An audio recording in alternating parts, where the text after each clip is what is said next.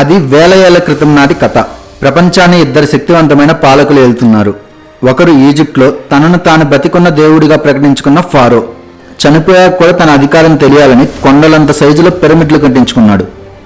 మరొకరు మెసొపొటేమియాలో ఆకాశాన్ని తాకేలా గుడులు ప్యాలెస్లు కట్టిన చక్రవర్తి. తన పేరు చరిత్రలో నిలిచిపోవాలని ప్రతి ఇటుక పైన తన పేరు చెక్కించుకున్నాడు. వాళ్ళ కథంతా అధికారం, అహంకారం, నేనొక్కనే అనే గర్వం చుట్టూ తిరుగుతుంది.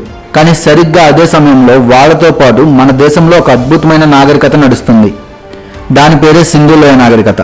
ఇక్కడే అసలు ట్విస్ట్ మొదలైంది. వాళ్ళు తమ కోసం పెద్ద పెద్ద కట్టడాలు కట్టించుకుంటే ఇక్కడ అసలు ప్యాలెస్ కూడా లేదు. వాళ్ళు తమ సమాధుల్ని ఊరికంటే పెద్దవిగా కడితే ఇక్కడ మనల్ని ఏలిన ఒక్క నాయకుడి సమాధి కూడా కనిపించదు. ఎందుకు?